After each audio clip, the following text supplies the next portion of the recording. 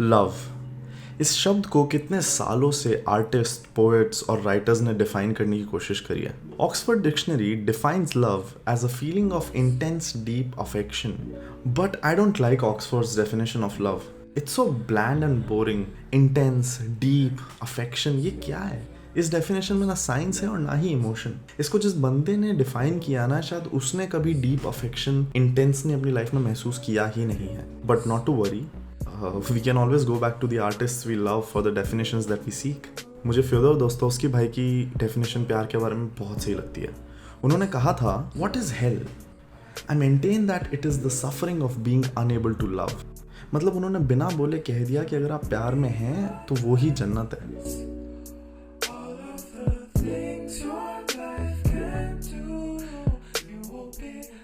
Okay, but this video is not about love as a concept. उसके बारे में video बनाने में भी बहुत साल एक्सपीरियंस और विजडम बाकी है और शायद कभी बना भी ना पाऊँ। This video is about my first love, और maybe my first realisation of love, and then the realization that it was not love after all. This video is about my love story with sneakers. I am or maybe used to be a sneakerhead. Sneakerhead वो लोग होते हैं जिनको जूतों से बहुत प्यार होता है। वो स्नीकर कल्चर में, हिस्ट्री में बहुत घुसे हुए होते हैं, जो अपनी ज़िंदगी में बहुत सारे पैसे स्नीकर्स इकट्ठा करने में लगा देते हैं। मैं भी एक स्नीकरहेड था। मैं जूतों से बहुत डीपली अफेक्शनेट था, और होता भी क्यों ना। आई सफ़र अ postural deformity called flat feet. The sole of my feet comes in complete contact with the ground every time I walk. Basically, मेरे पैर बहुत ही ज़्यादा सपाट है। I don't want to show them to you because I want to keep this video aesthetically pleasing, but believe me, मेरे पैर बहुत ज़्यादा सपाट है। They are literally like this. Having a flat feet is such a chindi problem that no one really cares about it. It's no hole in the heart or asthma, but it is something. The arc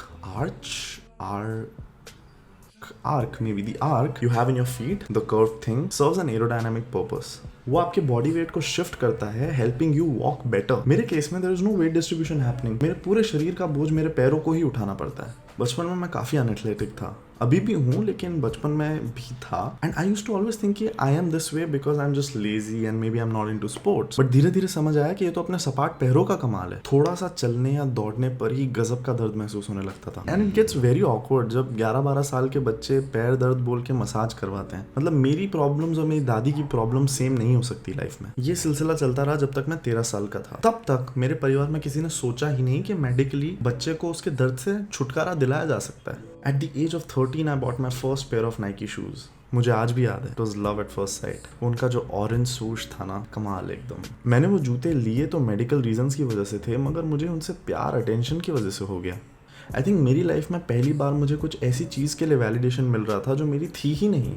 बहुत लोग मेरे जूतों की तारीफ करने लग गए, पूछने लग गए मैंने उन्हें कहाँ से लिया, मेरा नेक्स्ट परचेज, मेरा हॉल क्या होने वाला है। मटेरियलिस्टिक चीज़ों की यही तो बात है, आपको इंस्टेंटली वैलिडेशन मिल जाता है। और वो जो वैलिडेशन है ना of the society which puts you up on a pedal just because you have something which is associated with a certain level of status, वो काफ़ी ज़्यादा एडिक्टिव है। यही एडिक्शन तो हमें सोशल मीडिया पे बार बार खींचा ले आता है। स्नीकर्स से प्यार करने का एक फ़ायदा तो ये हुआ कि my knowledge about sports and western popular culture in general बहुत इंक्रीज हो गई। Also my understanding of the struggles of African American in America developed. I don't know ये सैड है या नहीं, बट मुझे मैल्कम एक्स और मार्टिन लूथर किंग जूनियर के बारे में शूज की वजह से मालूम पड़ा है। मतलब उनके शूज नहीं, but that culture got me to study about them as well and the impact they had in the hip hop movements and the artist that were inspired by what they said. I think जिंदगी में हम सब अपने अपने cults ढूंढ रहे होते हैं। It's very important for humans to feel a sense of belongingness, and organisations who understand this basic need of human beings exploit them for it. I don't want to take names, but इस दुनिया में कई ऐसे organise structures हैं जो लोगों को belongingness का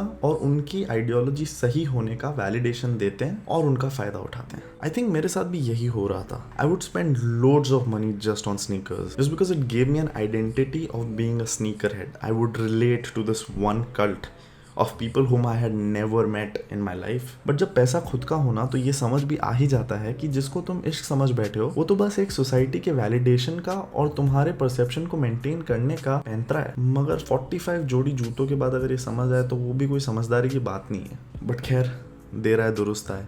actually I don't even know what दुरुस्त means, it just sounds nice and makes me sound intelligent, तो मैं बोल देता हूँ दुरुस्त।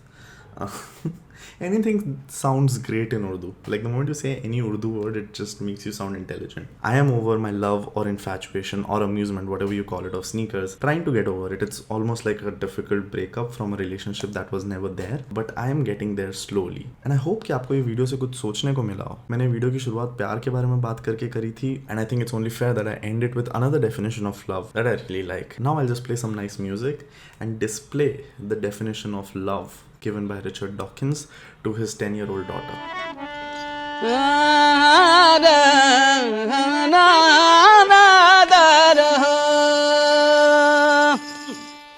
सखी सैया तो खूब ही कमात हैं, महंगाई डायन खाए जात